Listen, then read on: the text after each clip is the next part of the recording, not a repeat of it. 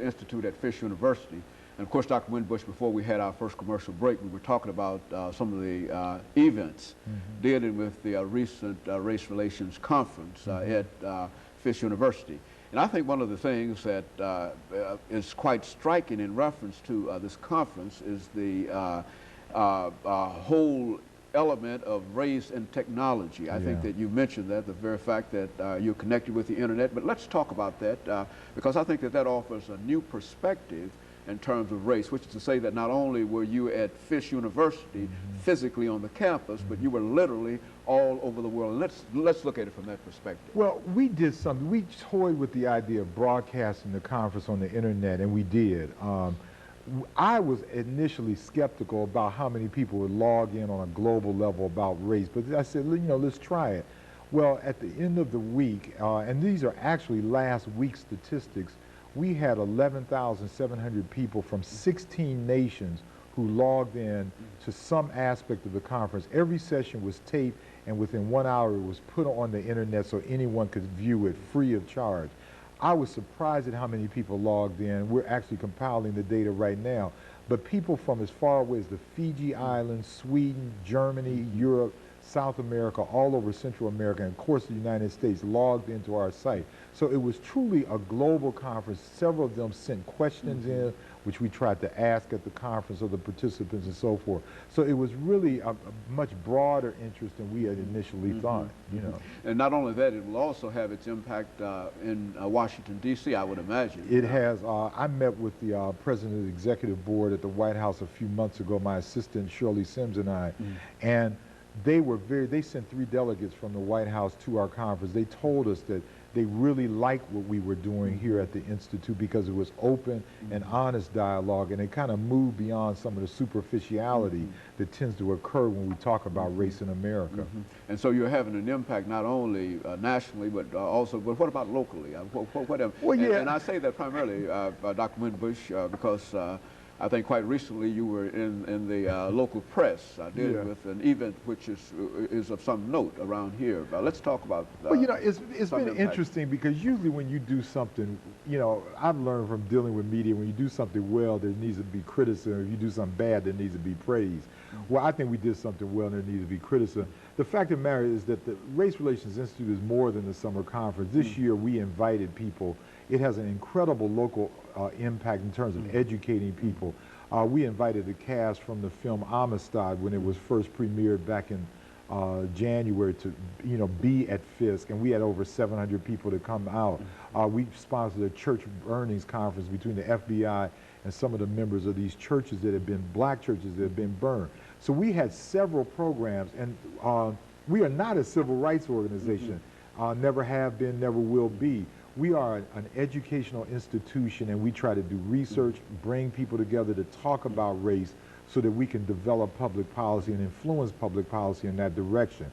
So I think the local impact is that Nashville has an institution, a very historic institution, that provides people with a forum to discuss the difficult issue of race. And we've had overwhelming support in all communities locally here in Nashville.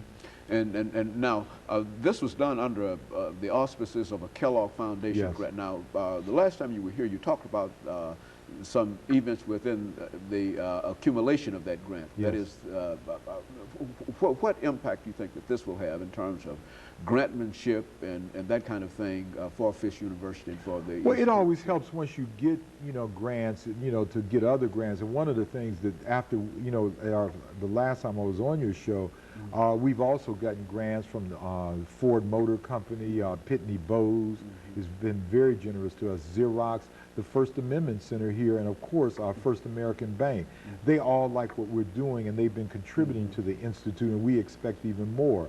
I think what it is, Dr. Haney, is that America needs safe places to talk about race, and people perceive the Race Relations Institute as like a kind of a Camp David, where people can come together from various walks of life and talk freely and in a safe environment about race relations. You know, Dr. Winbush, I think that we've talked about on a number of occasions some of the problems that financial problems that might be occurring at Fisk University and whatnot. What impact would not to have Fisk University as a viable institution, what impact would that have? I think we look at it from a student kind of impact. What impact would that have? Well, I mean, historically, you wouldn't have had a John Hope Franklin. You wouldn't have had a Nikki Giovanni. You wouldn't have had a W.B. Du Bois or George Padmore, one of the founding theoreticians of Pan-Africanism. I mean, you wouldn't have had a Janetta Coles, the president of, former president of Spelman College.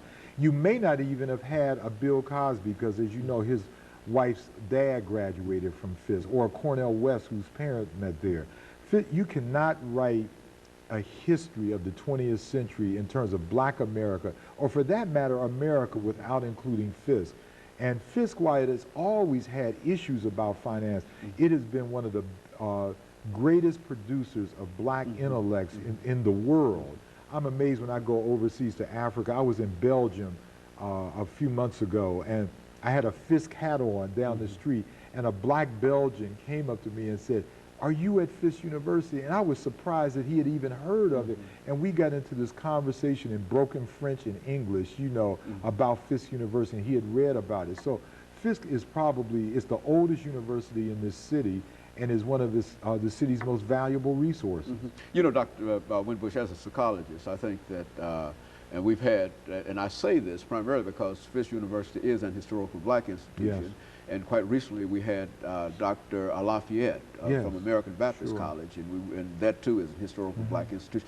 But now, do you believe, and we've got a minute before this time, but do you believe that there's something that we can say or do that could bring about greater African-American support for these institutions? Well, it's a good question, and we'll continue it after the break, but I'll tell you one thing. I think that all people benefit from the presence of Black colleges in this country.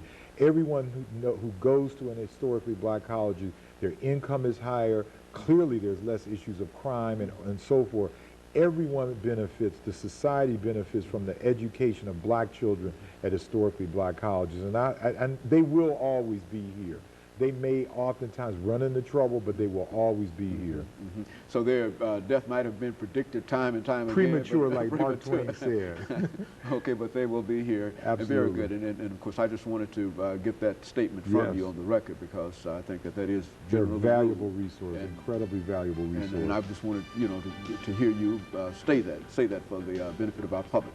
And of course, we'll be back with you following this short commercial break.